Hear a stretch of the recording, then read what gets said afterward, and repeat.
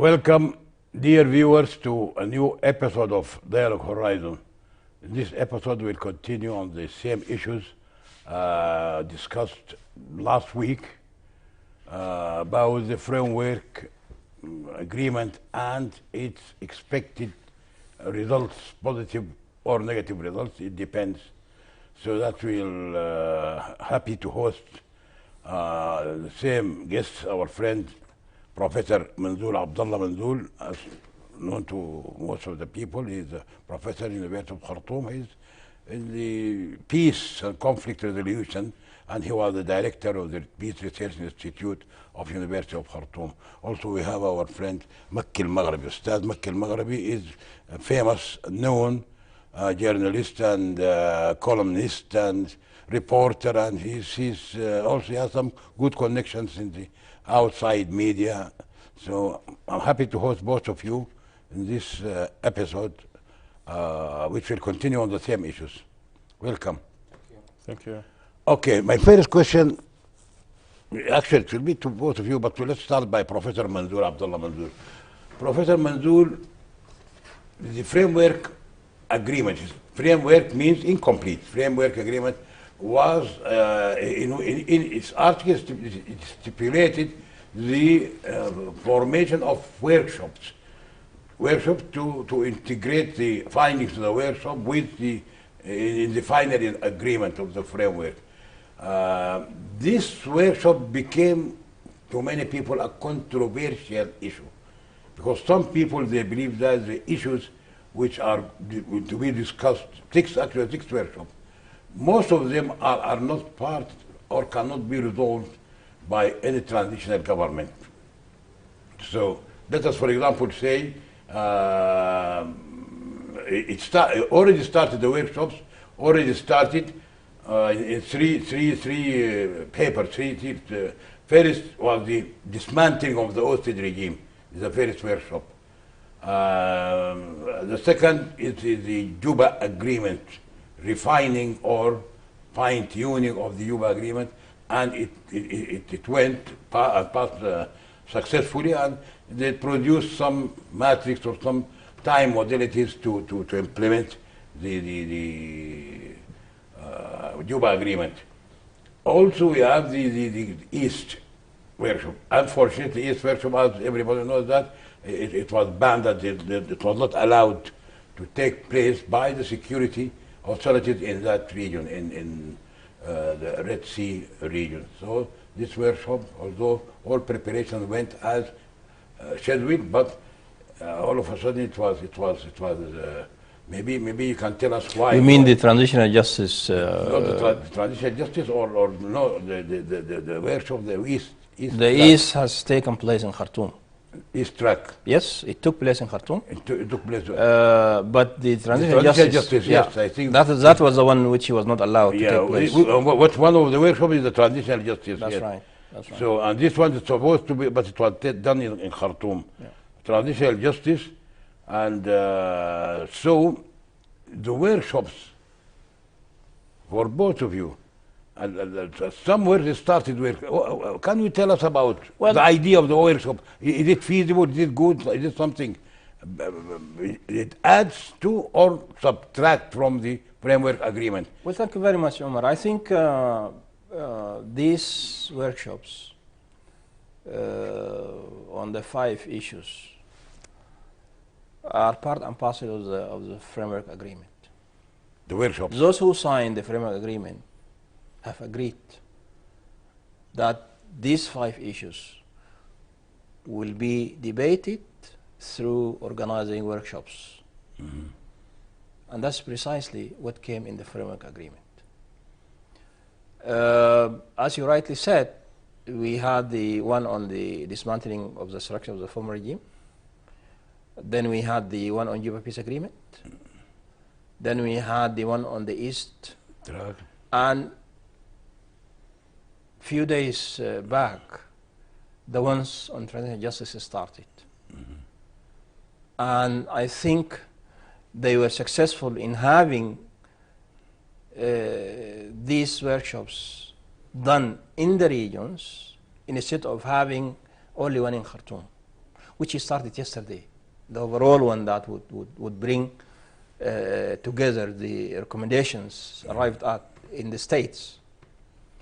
The remaining one, which is the security sector reform, is going to take place or start on Monday next week.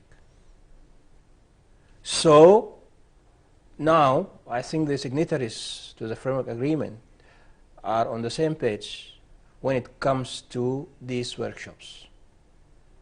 Now, interestingly, some of these workshops were well attended by representatives of all the signatories, while others were not attended.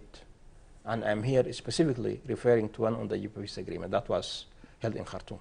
Of course, we also that a workshop on the Juba Peace Agreement was done in Juba, in South Sudan, which was attended by Burhan and key personalities of the agreement parties. They were there.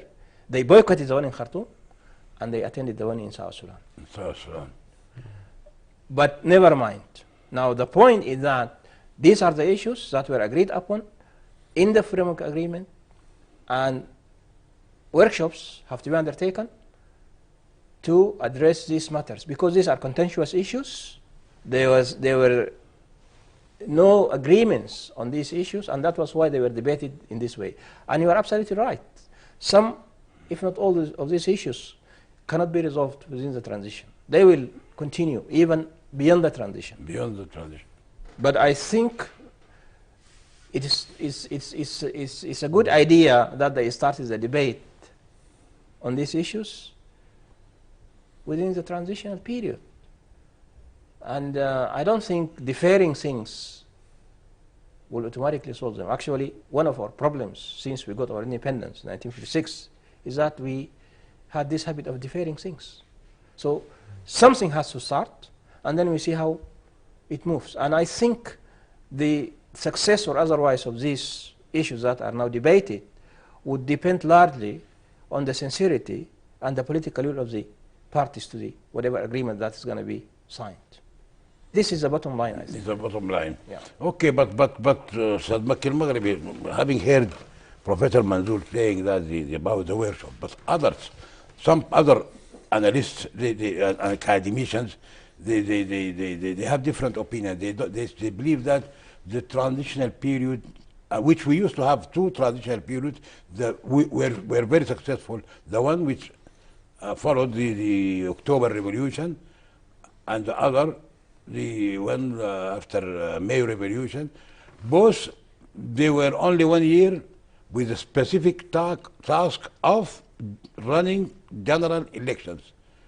After 1 year, two general elections, immediately the army, the soldiers, the military disappeared, and they went back to barracks. And things moved normally in the election, after the election, and the formation of the different governments. These people, they think that now the framework, which included that workshop and these very sticky issues, sometimes they believe that it is something constitutional and it has to be discussed in a constitutional conference. Some they say it has to be resolved in legislative, because the main function of the transitional government is to run elections, not to bother about other issues, which if they take any decision, maybe another government will come and will just revoke everything. What is your comment on this, on the other side of, it seems that as if the professor is saying that it's okay to have this workshop, 6 workshop. Okay. Actually, I like the comparison or the question, why do we have a successful transitional period, at least the one that followed the Intifada of 1985. Yeah. That was very successful because already even there was no big disputes and it led to election. Maybe the one of the October 1964, it went good, but it has some problems. I think the answer of this question, why this transitional period was not okay and smooth, the answer is that some parties, they entered in this transition with a mentality that we are here not for transition but to rule. Okay? Not just to rule. We are here to rule and to exclude and decide who is going to be in the transition and who is going to be out of the transition. So for some parties, and this is what we hear from them directly in some workshops, that we need a transition period for 10 years. It has been said even, I remember in a meeting, and in the meeting there was Volker himself. They said that the transition is not time. The transition is a process of tasks. So you don't make a time limit, but you make task and you make it open. And we might need 10 years. Yes. So the answer even was from Volker himself that from their evaluation, 1 year and a half could be enough. But when it comes to a country like Sudan with peace process and peace building and agreements, that took 3 years. So no more for 3 years. And I remember Sadiq al-Mahdi when he said, we will not accept to be extended 1 day. Okay? Some people, they say things like that, but others, they think that they came to rule, not to handle with the issue of transition.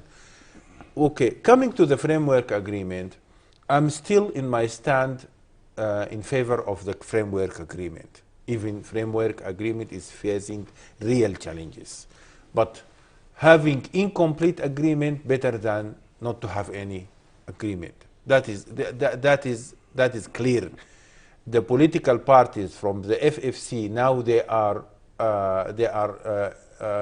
discussing with the military. That is good.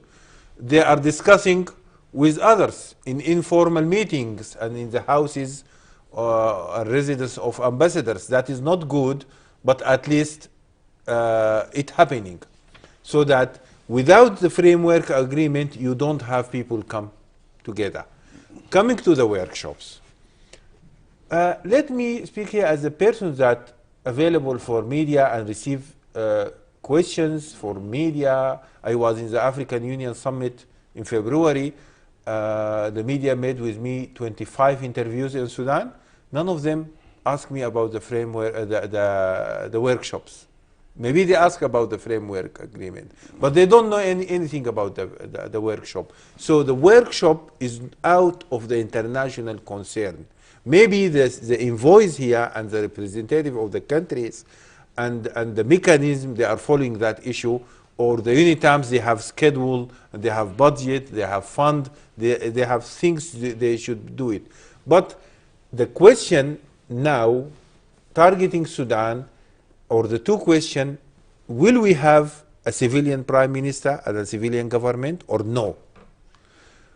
The other question, is there any fear of a war or civil war in Sudan or a conflict between the national army and the rapid support forces? We should answer these questions together. We should not just go to things that should wait for others to come. Okay? Those questions are very important. The framework agreements, I have a question.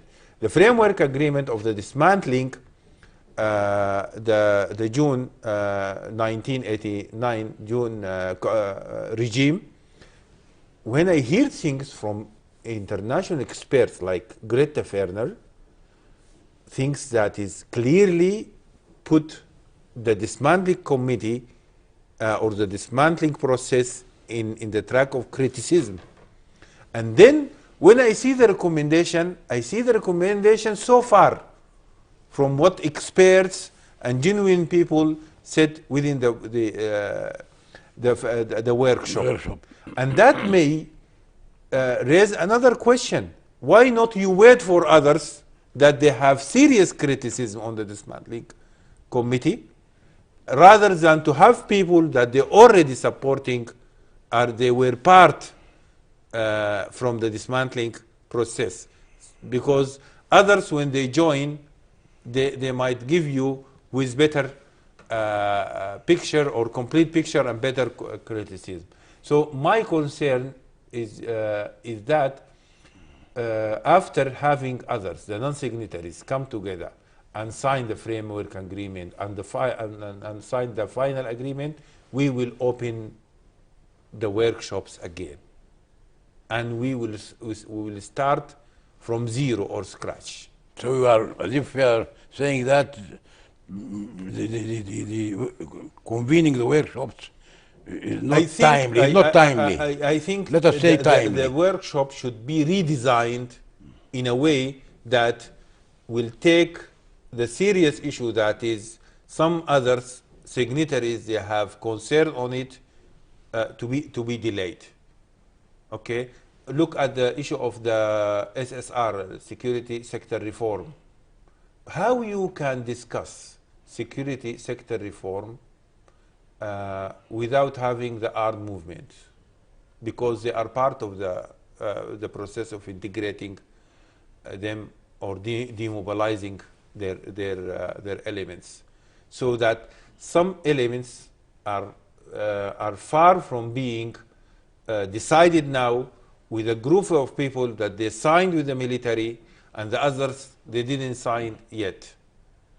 So the important thing was to come together and to form a civilian government and to nominate a civilian prime minister, and things go within this process. Like this.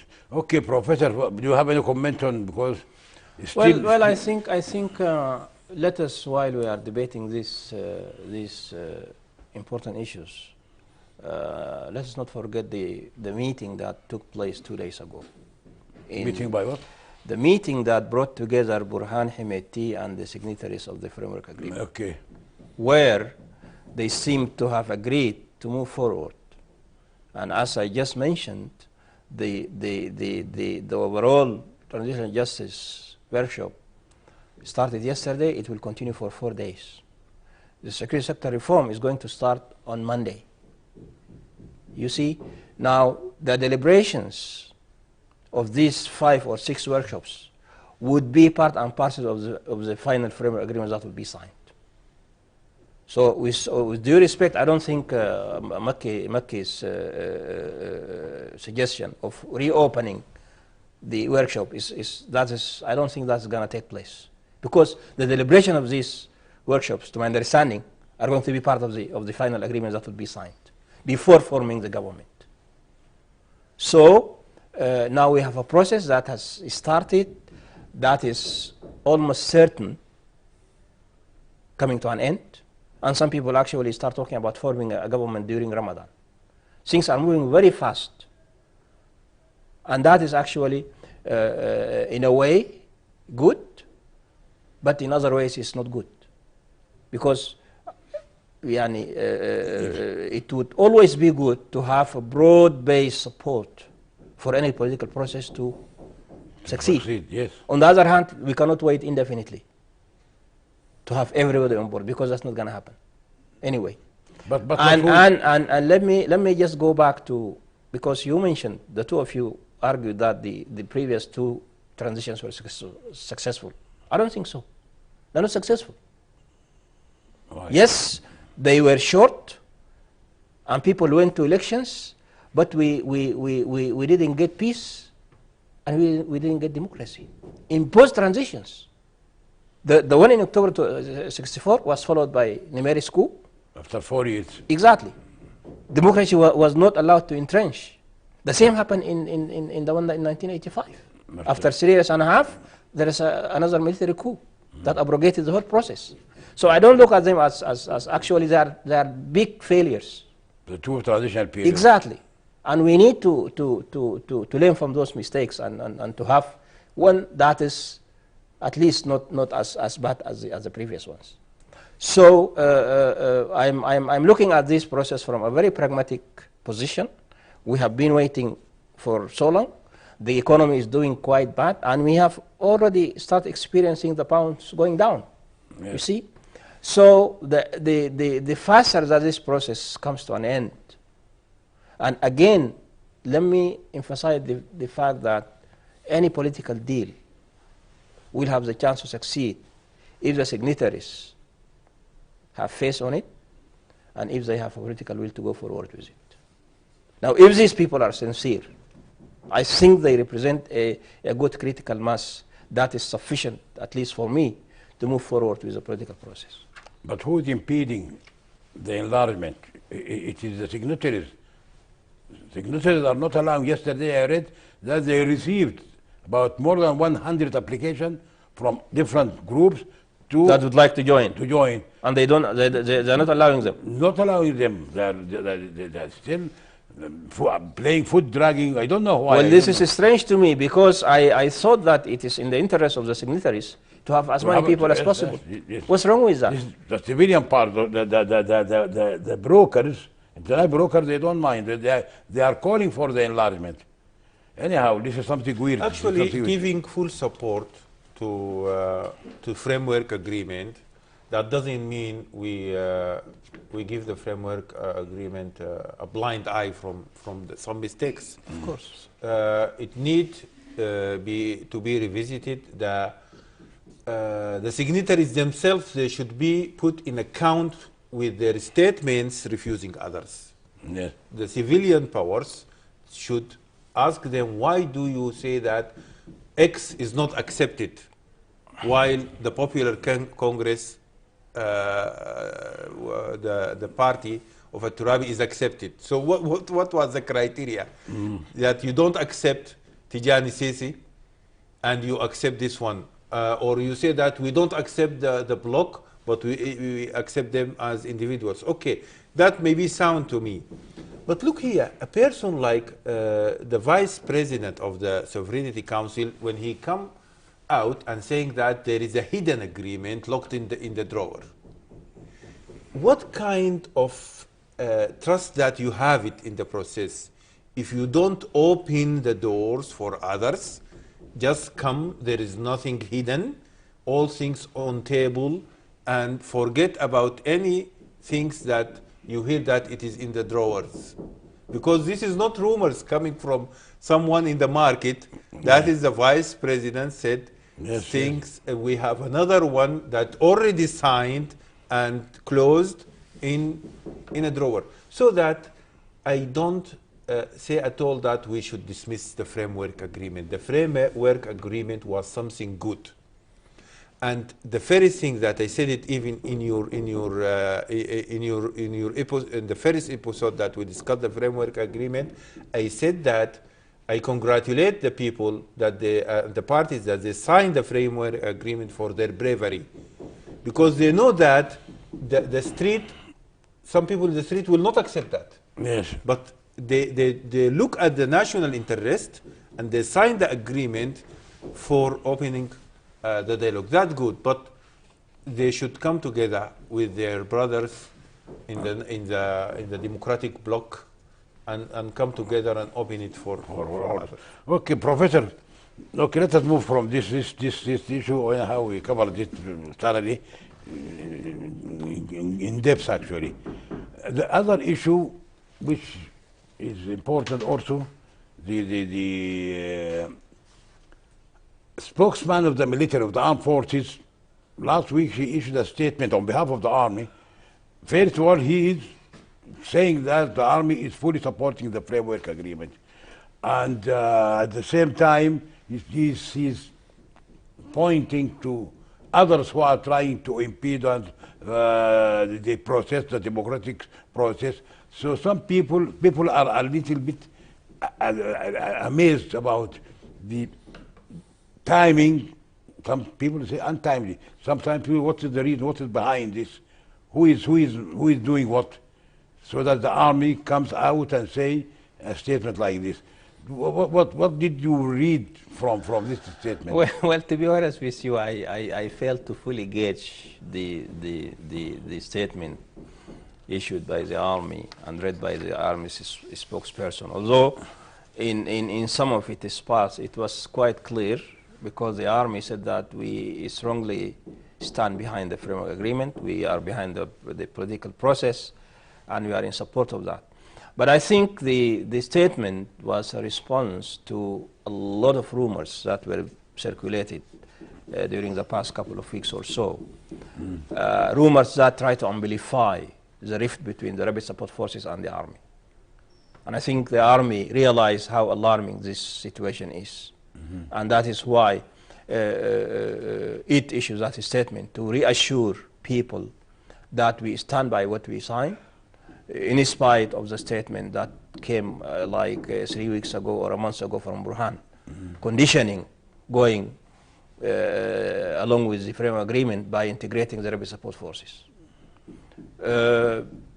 Maybe this is just a reassuring statement that they are committed, because in the past couple of weeks, the army also came under a lot of criticism and pressure, because a lot of people were saying that your position has been shifting. Today you say something and next day you say something else. Maybe they want to set the record straight that we are all with this, we are going through with this. And I think the meeting that was held in Burhan's house 2 days ago, it speaks directly to support the statement that came few days back. They sat together, all the signatories, including the rapid support forces, whereby they agreed to finalize the workshops and to go for a political settlement. I read it this way, actually. Okay, okay. Some people, they believe that it was a response to some pressure, external pressure, mainly the brokers, maybe the UNITAMs, maybe. Some people, they believe that it's, most of the people, they welcomed it, actually. Yeah. Most of the It people, was well received. they welcomed it was well received by the most people. Others, they say it is done under pressure, even if under pressure. What is your comment on this statement? What you hear now from the national army, from the military components, both sides, try not to mix the message, because part of the message is not for the international community or not for the political civilian parties. They have messages regarding the integrating rapid support forces or not, and the independence of rapid support forces from the army. So they have things like that. It comes within the agreement that we are with the framework agreement, but the framework agreement is stating that the integrating process should happen. Okay, so that is a message not for the political parties or for the international community. But look here, it is very hard to say that Burhan or the army is not serious. Why? Because what happened after the 25th of October, Burhan came again and signed an agreement with Hamadok. And now, or at that time, it was Hamadok's challenge to form his government. And the Burhan-Hamadok agreement gave Hamadok the right to form his government from experts and technocrats and independent people. But he moved again to the political parties, searching for the political parties to come together and to adopt his things, while at that historical moment, he has the right to form a government, civilian, pure, by 100% experts. And he missed that opportunity. So how can I come again and blame Burhan? Again, now people, before the framework agreement, they said that Burhan will not sign it. Burhan will just playing time, gaining time with them. So he signed the agreement. Even there was opposition from the members of the military components. He signed the agreement, and he gave again the opportunity for the political power, the signatories, to open the agreement and to bring with them others, and then again they failed. So that I think maybe he's playing politics better than politicians. So how can I blame him if the politicians, they are not playing politics? good, better than the Better army than- people. So go and play your politics. Go and get your act together and practice something that's showing that you are real civilian, a real democracy believers and lovers. Yeah, they could have. They could Yes, have. they should. You should make something like that. Yes, you are right. They could have taken this chance. This even if Burhan, if he is not willing, or from inside he has some vested interest, even though, but explicitly he signed, and he's every now and then he's saying he's with the with our army, with the Yes, framework. I think so. The delay is from the the civilians. political powers should not wait for ambassadors to bring others to their homes. They should approach them, open the doors. It was possible in our Sudanese culture. If you have a problem with someone, you go to his home and knock the door. Come out. I want to talk to you. Right? Why did they miss this opportunity? The signatories. We have a heavy-weighted parties like Ummah Party. Their position to say that we don't want Mubarak al-Fadil, that was not matching with the history and the democracy of Ummah Party, and even not matching with the criteria that you have it in the framework agreement. Yeah. You have the Popular Congress with you, and the Popular Congress was with Bashir up to the last minute. Yes. You accepted him with your framework agreement, and you dismissed Mubarak al-Fadil while he was out of Bashir government and was in the opposition in the time of the change. So there was no criteria. They should avoid double standards. Okay, Professor, this is very good and very clear.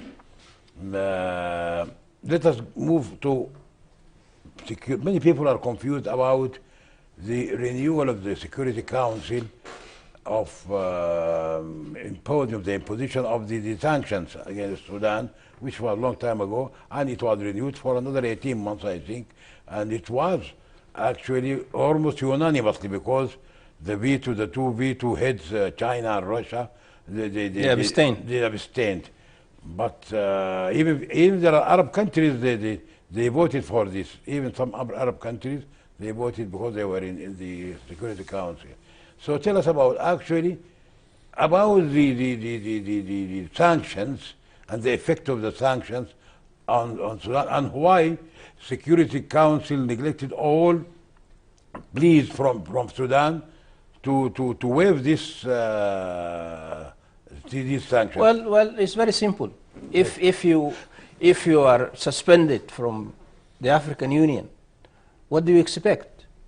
You are a pariah state.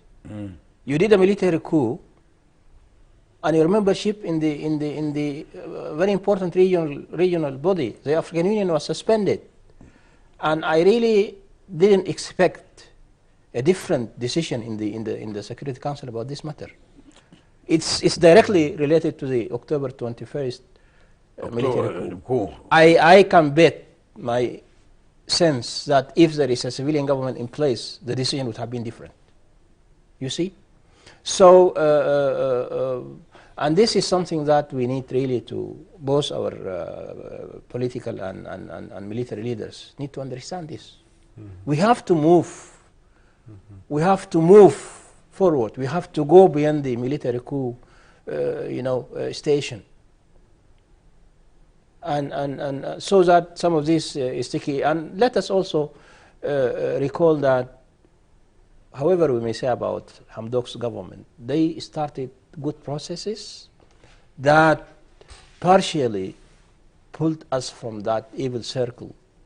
And we were doing actually quite well. And the military coup happened, and we are back again to that evil circle. And we will not, rid ourselves from these kind of sanctions attitudes if we don't have a civilian. Now, everybody in the world, whether rightly or wrongly, talking about a civilian government. Whether we like this or not, this is what everybody is calling for. Yes. Let us do that. And I think when we do these things, then we would expect a change of attitude, a positive one, from the international community. Starting from the African Union, You have to convince that the will Afghan restore our membership. membership, yes. And then the Security Council, in most cases, acts upon the acts of regional bodies. Yes. Recognized. Exactly, directly. exactly. So I didn't expect a different decision, actually. So you did not expect. No. Mr. Makki, Yes. also you did not expect. Yes, look here. The core of this discussion is that if we don't have a civilian-led government complete with a civilian prime minister, we are going to face problems after problems. And the political parties should understand that. If you stop this process, because the message to here goes to the FFC, Central Council. If you want to delay this process because you want a prime minister from your side, okay, not and you are closing the door, that will delay the process, and you think that something will good, and you will put pressures on the military, and they will come again and say okay to you.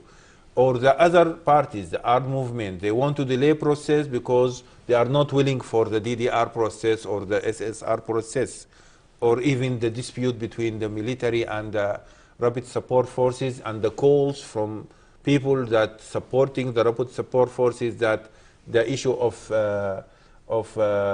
SSR will not happen unless it takes more time and time and time.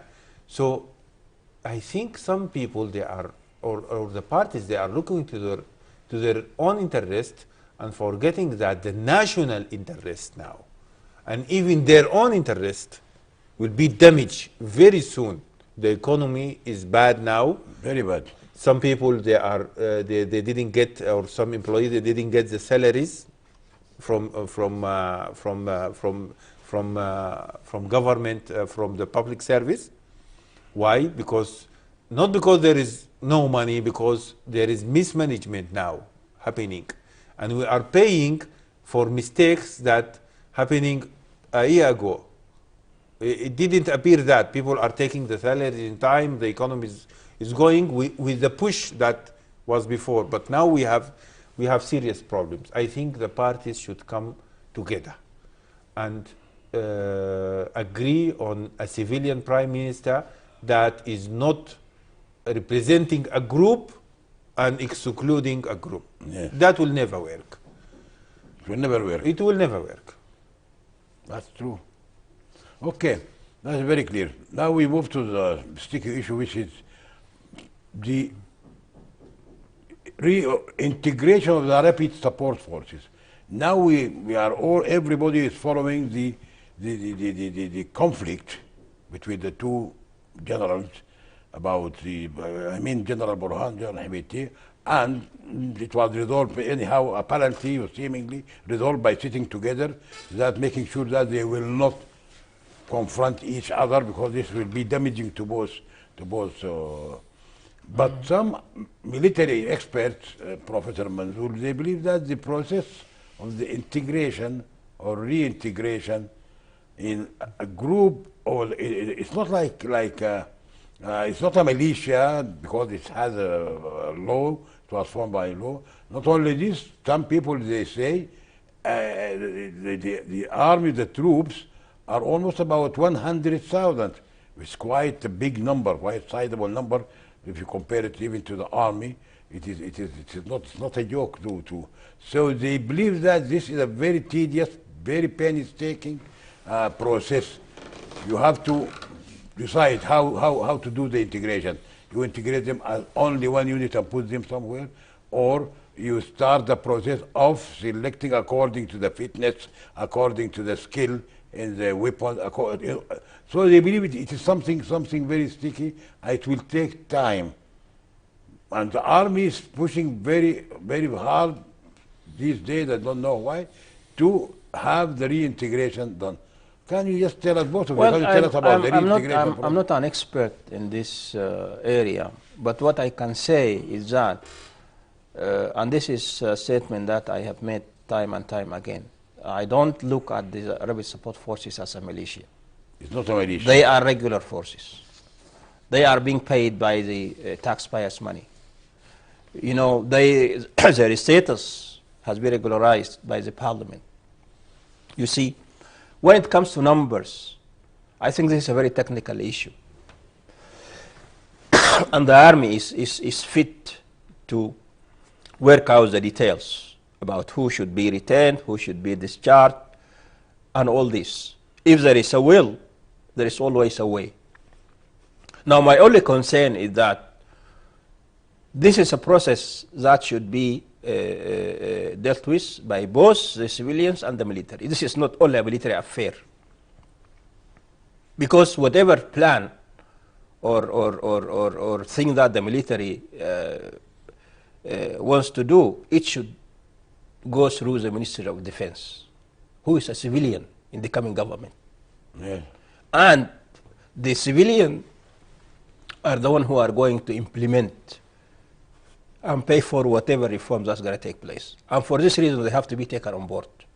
Now, people can debate the terms of that engagement. The technicality is left to Exactly, the technicalities left to the army. left to the army, but the debate about the whole process, the civilians should be part of this. And as a matter of fact, Burhan, on the 8th of January, exactly said this. He said that the security sector reform is a matter that concerns both the military and the civilians. Yes.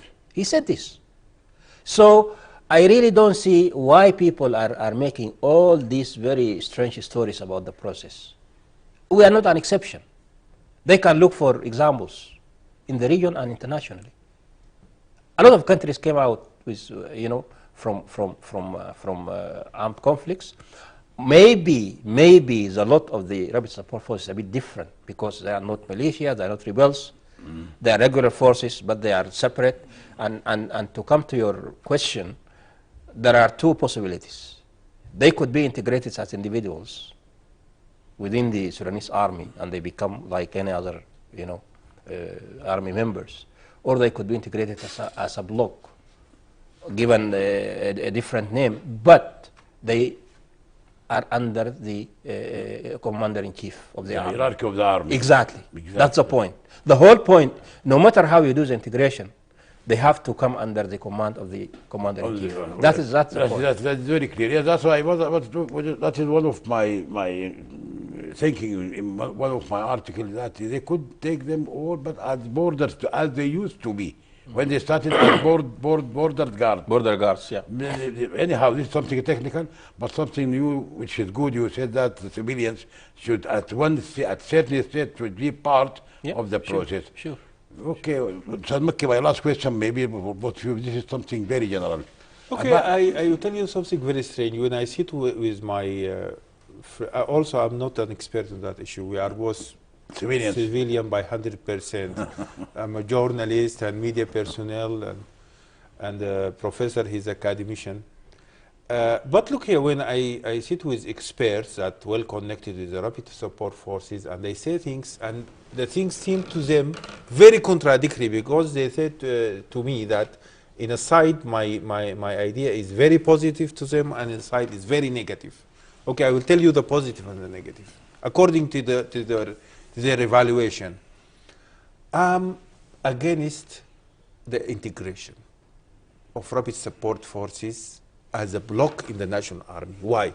Because when you reintegrate, you do demobilize.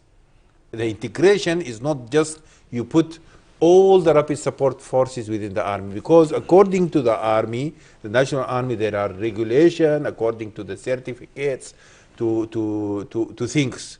So that I believe that if reintegration happen or integration happen into the army, maybe 50% of the rapid support forces, you need to make a DDR process for them.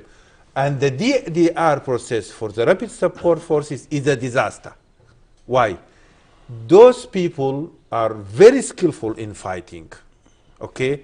They are not the people that you give them some money and let them start their civilian life. They are warriors, okay?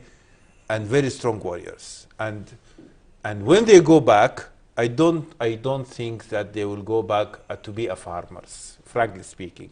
Yes. The soldiers of rapid support forces, they are not, when I sit to them and when I discuss with them their life, which is connected with war, they are not designed to be easily to change them to farmers Civilian or life. civilian life. Born to Their be culture, the life that they went through, the region. So you you are are- talking about the Sahel region. I think we should talk about the integrating of the leadership of the rapid support forces.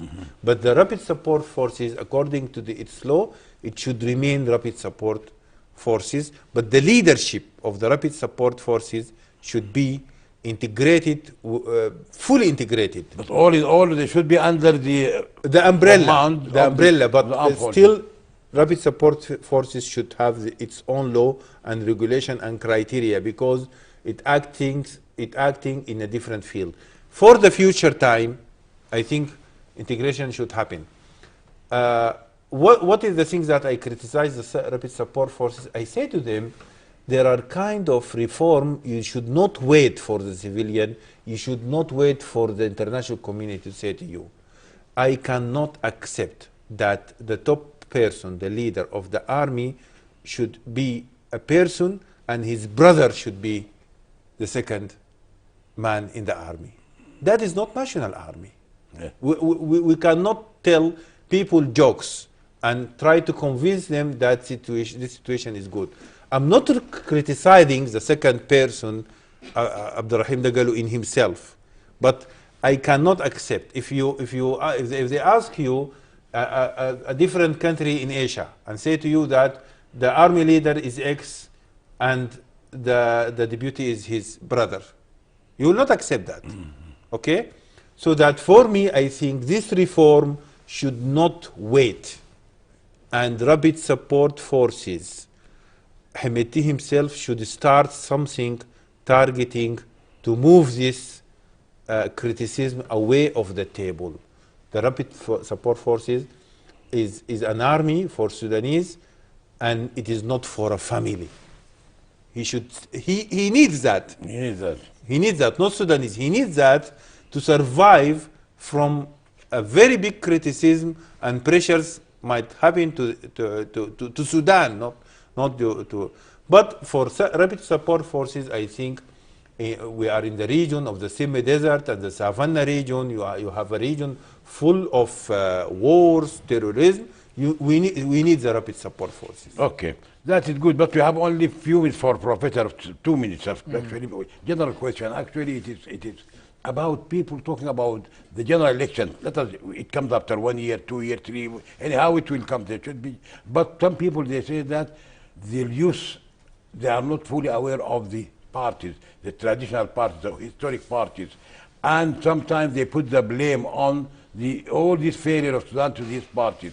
So these youth, some people they say that general elections will not bring the same parties, or they will not get the same size of constituencies as they used to have it in certain areas because of the mentality of the youth who led the revolution.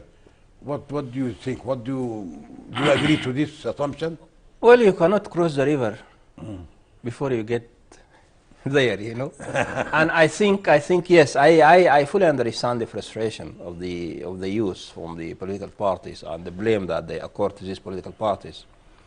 But unless there are new political parties that challenges old political parties, these are the things we have. This is what we have. And my reading is that, you know, these young people they start to be grumpy and continue until elections come.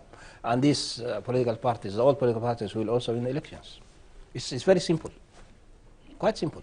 If you don't have new political parties that challenge the older ones and convince those who will have the right to vote, what do you have? You will have nothing. Exactly. Actually, this is a problem. You are pointing, saying that no new political parties to accommodate or to take the youth mentality and their belief.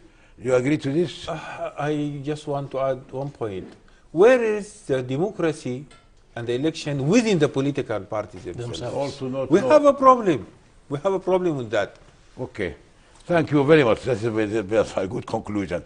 Thank you, dear viewer, for being with us in the last hour or so.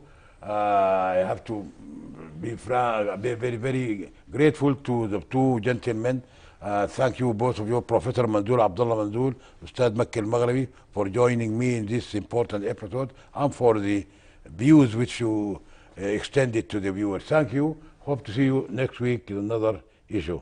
Bye.